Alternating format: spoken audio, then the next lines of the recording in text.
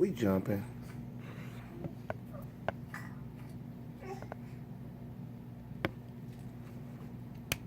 Hey, we jumping back. Alright. Yeah, damn, that's easy.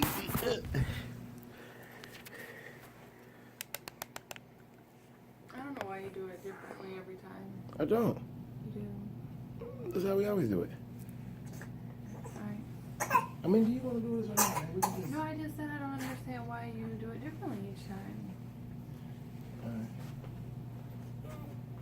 That's a minute gone. Security. Alright, y'all. So this is episode 28.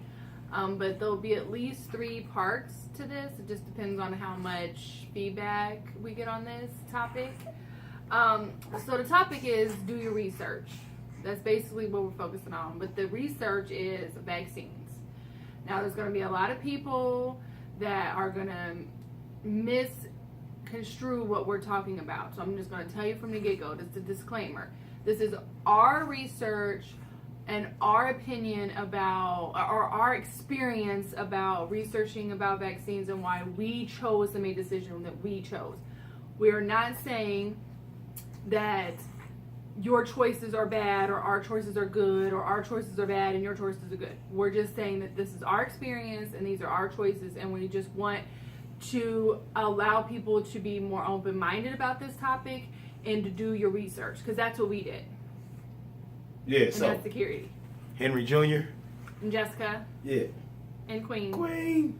We happily married over here. Let's get it. We about to piss some people off. Okay, so alright, so some of you might know, some of you might not know, but neither one of our kids are vaccinated. They have not had one shot from birth at all. Not one single shot.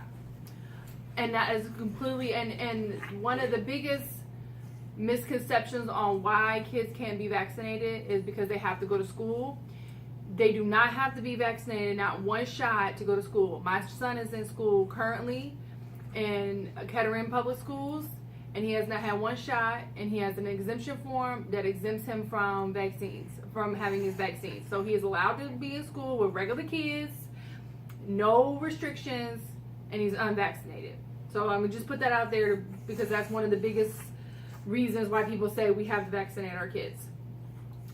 So we'll elaborate on this a little bit more.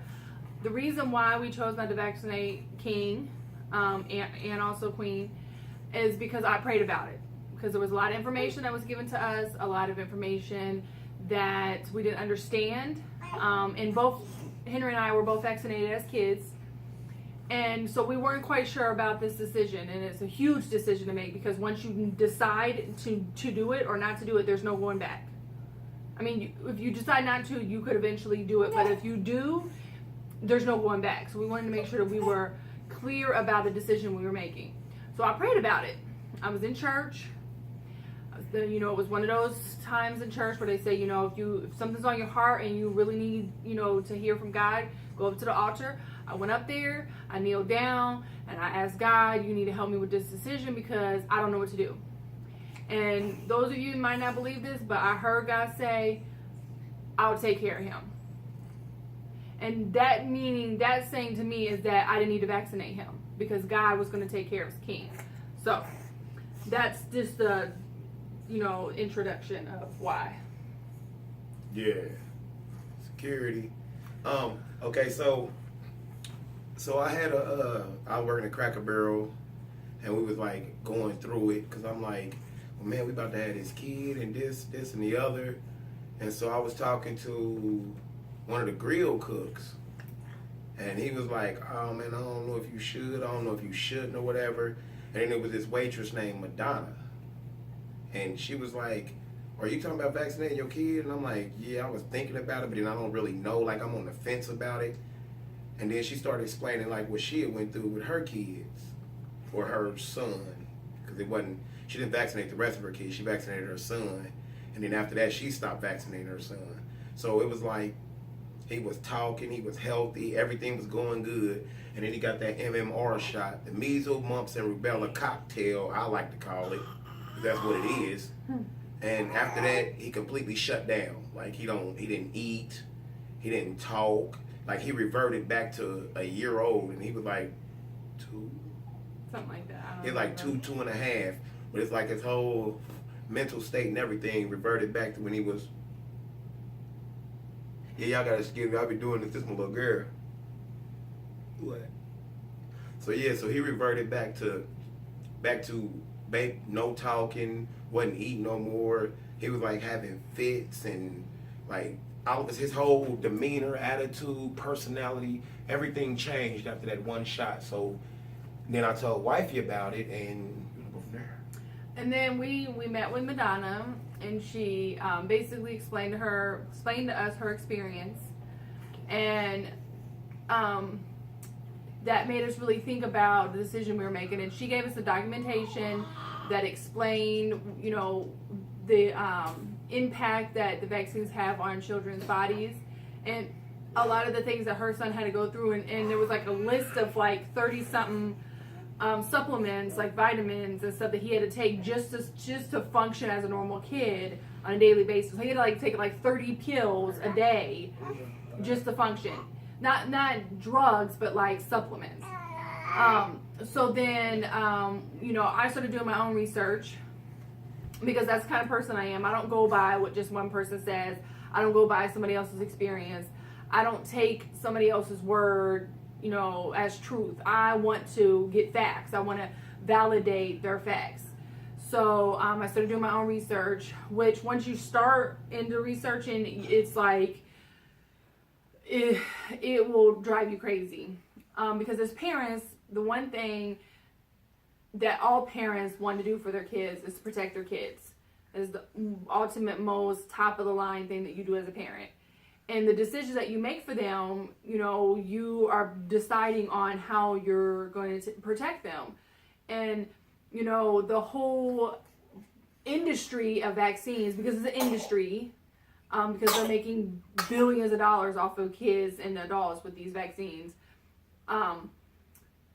So when you start researching it, you will start seeing the flaws in this whole industry.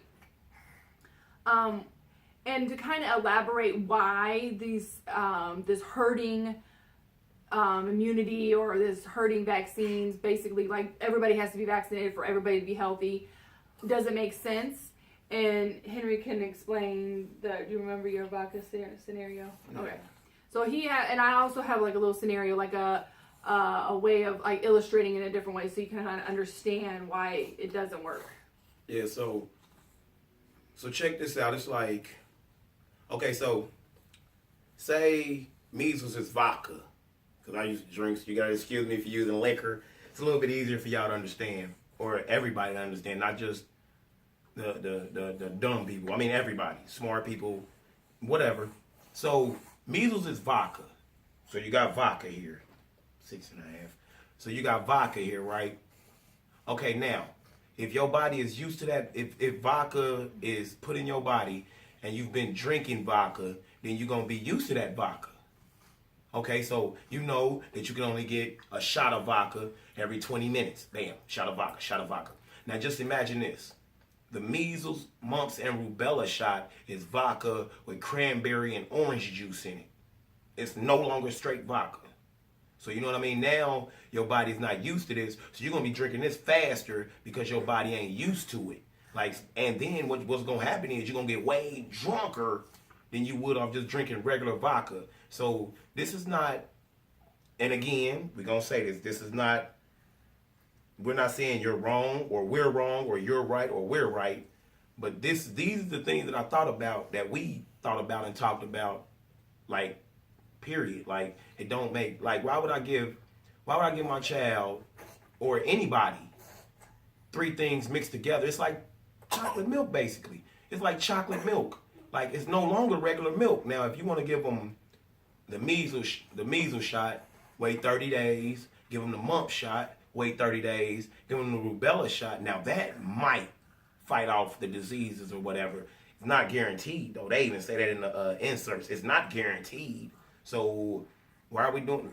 Anyway, that's a whole different episode. But yeah, so that's my take on that. Like, it's like your body is used to vodka, but now you're giving your body vodka, cranberry, and orange juice. And another scenario to think about is that, you'll hear a lot of people say, well, my kids are vaccinated and they're fine. And then you'll have another parent say, well, my kid was vaccinated and my kid has a vaccine injury. And then you'll have another parent say, well, I was vaccinated and I vaccinated my kids and they're fine. Well, another scenario to think about is, say you have 5 different liquids. You have water, you have orange juice, you have milk, you have tea, and you have soda. They're all liquids. They're all different kind of liquids, but they're all liquids. And you take an Alka-Seltzer tab and you drop them in all 5 different liquids. It's going to react to those liquids differently. Even though they're all liquids and it's the same thing that you're putting in each liquid, it's going to react differently. It's the same thing with people. We're all humans, but when you give a vaccine to everybody, our bodies are going to respond to it differently because our bodies are encompassed of different things. Our genes are different. Everything about us is different.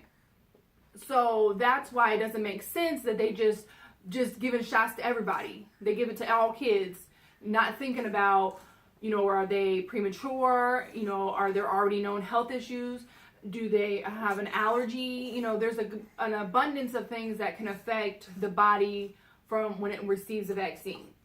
So that's just one of those things that makes me think about, okay, why do they not care? Like, it's not like when you go to the doctor and then they go through your child's chart and they say, you know what? We're not going to give your child this shot because of this problem or this reasoning. They just give them to your kid and then wait to see what happens. So that was just a scenario to just get you thinking. That's all. We got 3 minutes. So I'm just going to touch on this just a little bit.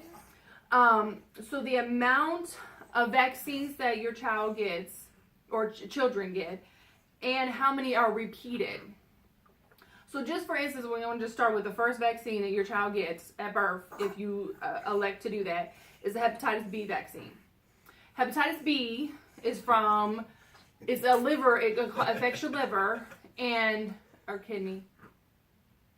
One of those organs, I can't remember.